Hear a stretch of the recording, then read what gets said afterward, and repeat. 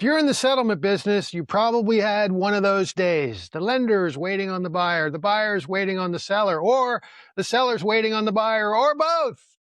The seller is waiting on the realtor's waiting on the lender, and somehow everyone is waiting on you. If that sounds familiar, today's episode is for you. Welcome back to The Closing Advantage. Real property, real people, real stories, real consequences. Where relationships matter, knowledge wins, and professionals learn how to own their deals from contract to closing. We're in the middle of the Foundation series. I gave it that name because the title insurance policy is the foundation of every real estate transaction. Believe it, it's true. It's the grease that keeps the wheels of commerce moving. But today we're going to take a short break from that. We're going to talk about stress. I hear it every day on the phone. You're all stressed out. Those that can handle stress in our profession, as Spock used to say, live long and prosper. So we're talking about transaction stress, not life stress. The kind that shows up when everyone wants an answer and nobody seems to have one. It's Friday afternoon. It's 4:32. Closing is scheduled for 5. The buyers have left work. The seller has the moving truck in the driveway. The realtors have promised keys before dinner. Then the phone rings.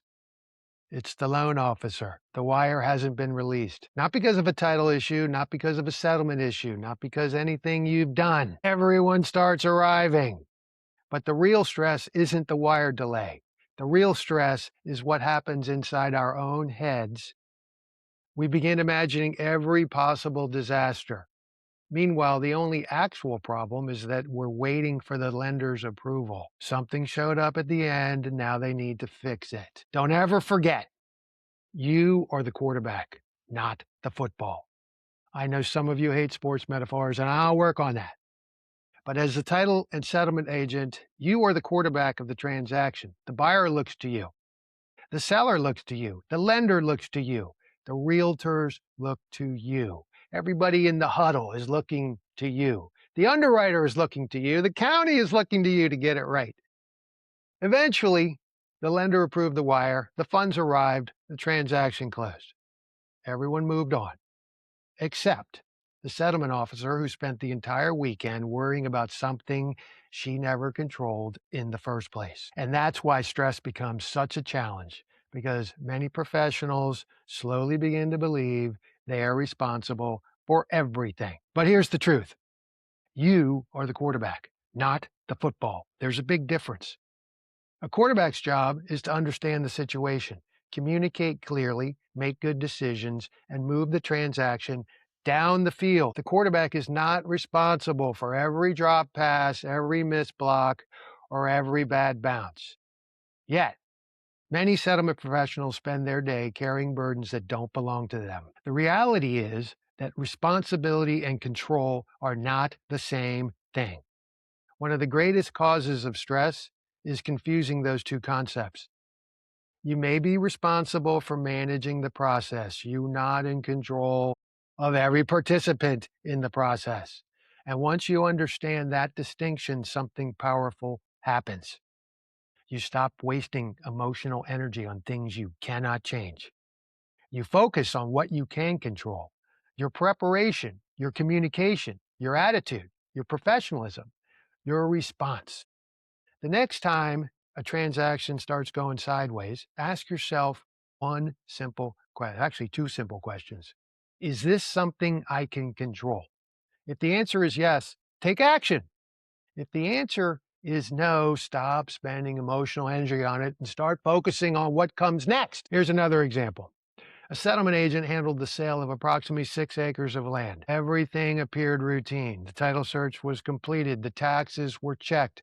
The seller signed an affidavit stating there were no unpaid charges or liens.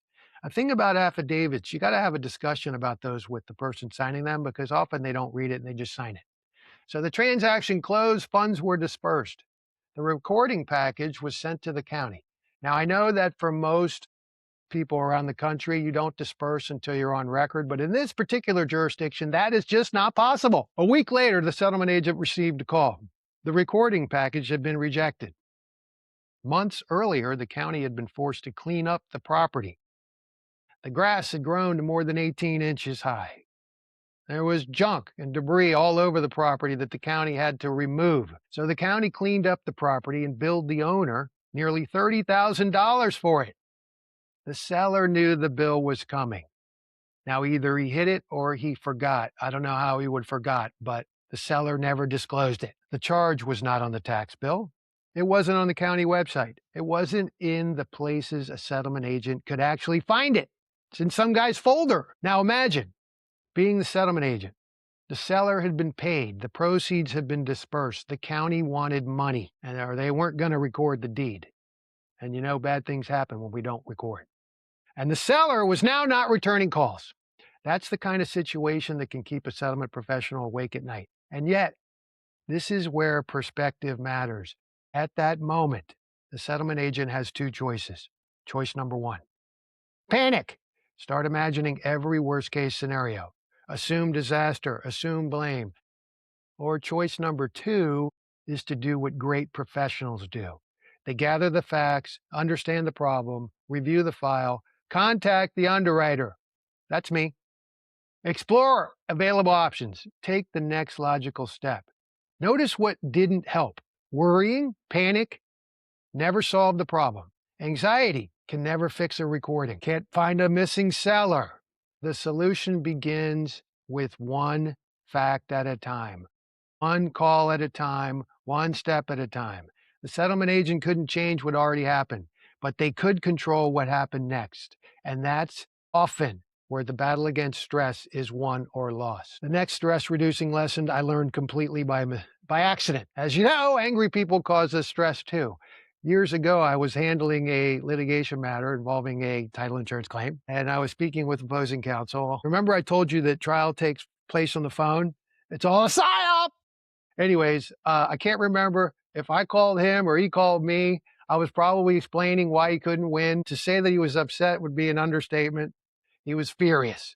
For several minutes, he was yelling at me nonstop, and the volume and pace kept increasing. Eventually, I realized something. I couldn't understand what he was saying, not because I disagreed with him, not because I wasn't listening. I was. I literally couldn't follow the conversation. It sounded like the guy was foaming at the mouth. At some point, I interrupted him and I said, "Hold on a second. I was with you up until this point, but then I lost you. And can you go back and repeat what came after that?" And then something interesting happened. He completely stopped. There was silence because for the first time in several minutes, he had to think. The volume came down, the pace slowed down. And suddenly, we started having a conversation instead of an argument that he was having with himself. Anyways, so nothing about the facts changed, but the emotional temperature changed dramatically. And it taught me something I've never forgotten. By me showing him I was listening and trying to understand, he calmed down.